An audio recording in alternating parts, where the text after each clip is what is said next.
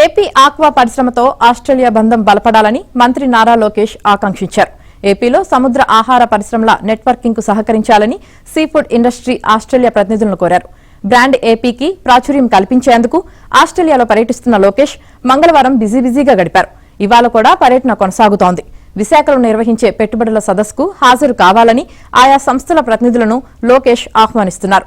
రాష్ట్ర ప్రభుత్వం అమలు చేస్తున్న విధానాలను వివరిస్తూ సంబంధిత రంగాల్లో ఏపీతో భాగస్వామ్యం ఏర్పాటు చేసుకోవాలని కోరారు.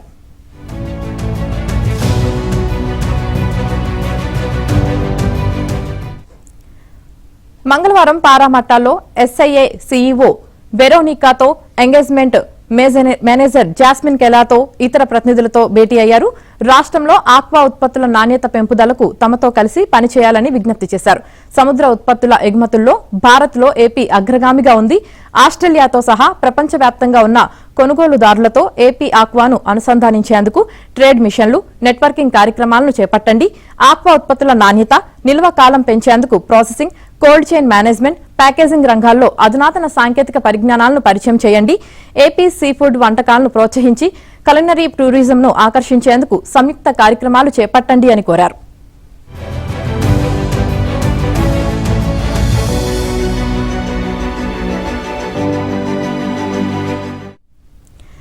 చంద్రబాబు నేతృత్వంలో పారిశ్రామిక పెట్టుబడులకు సానుకూల విధానాలు అమలు చేస్తున్నామని లోకేష్ వెల్లడించారు. పెట్టుబడిదారుల కోసం స్నేహపూర్వక విధానాన్ని అవలంబిస్తున్నామని చెప్పారు. హెచ్ఎస్బీసీ సీఈఓ ఆంటోనీ షా నేతృత్వంలోని బృందంతో సమావేశమయ్యారు. రాష్ట్రంలో స్పీడ్ ఆఫ్ డూయింగ్ బిజినెస్ అమలు చేస్తున్నామని, 16 నెలల్లోనే 10 లక్షల కోట్లకు పైగా పెట్టుబడులు వచ్చాయని వివరించారు. రాష్ట్రంలో 1051 కిలోమీటర్ల సువిశాల సముద్ర తీరం పోర్టు ఆధారిత రంగానికి పెద్ద ఊతమని చెప్పారు. ఈ భేటీలో Amazon public policy Australia, New Zealand, ఆగ్నేయాసియా director Michael కూలే, Cisco vice president customer experience Australia, New Zealand జెట్టి మురళి, రిచర్డ్ వాట్సన్ పాల్గొన్నారు.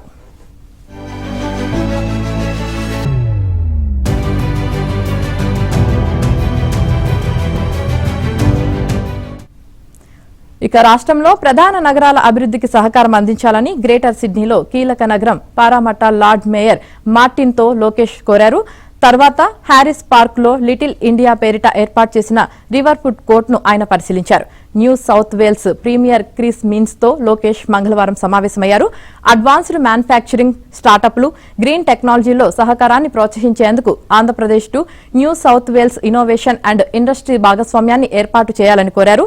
రాబోయే ఇన్నోవేషన్ హబ్ అండ్ స్టార్టప్లతో విశాఖ, అనంతపురంలను అనుసంధానించే ఎక్స్చేంజీ కార్యక్రమంలో భాగస్వామ్యం కావాలని అభ్యర్థించారు. Renewable energy, medtech, agritech, logistic రంగాల్లో పనిచేస్తున్న న్యూ సౌత్ వేల్స్ కంపెనీలు రాష్ట్రంలో పెట్టుబడులు పెట్టేలా ప్రోత్సహించాలన్నారు. క్లీన్ టెక్, ఏఐ, ఇన్ఫ్రా రంగంలో పరిశోధనాభివృద్ధి కోసం సౌత్ వేల్స్, ఆంధ్రప్రదేశ్ వర్సిటీల మధ్య అవగాహనతో సాంకేతికత, అనుభవాలను పంచుకోవాలని కోరారు.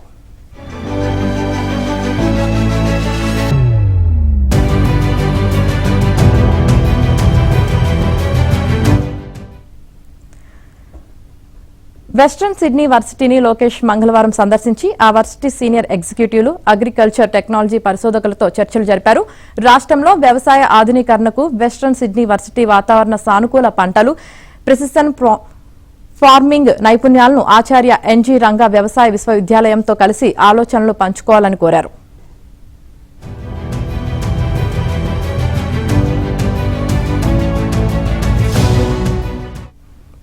ఇక ఆంధ్రప్రదేశ్ ఆర్థిక రాజధాని విశాఖపట్నం భారీ పెట్టుబడులతో డేటా సిటీగా అభివృద్ధి సాధిస్తుందని లోకేష్ తెలిపారు. అలాగే నవంబర్ 14, 15 తేదీల్లో విశాఖలో నిర్వహించే పార్ట్నర్షిప్ సమిట్ కు రావాల్సిందిగా ఆస్ట్రేలియా పారిశ్రామికవేత్తలకు మంత్రి లోకేష్ విజ్ఞప్తి చేశారు.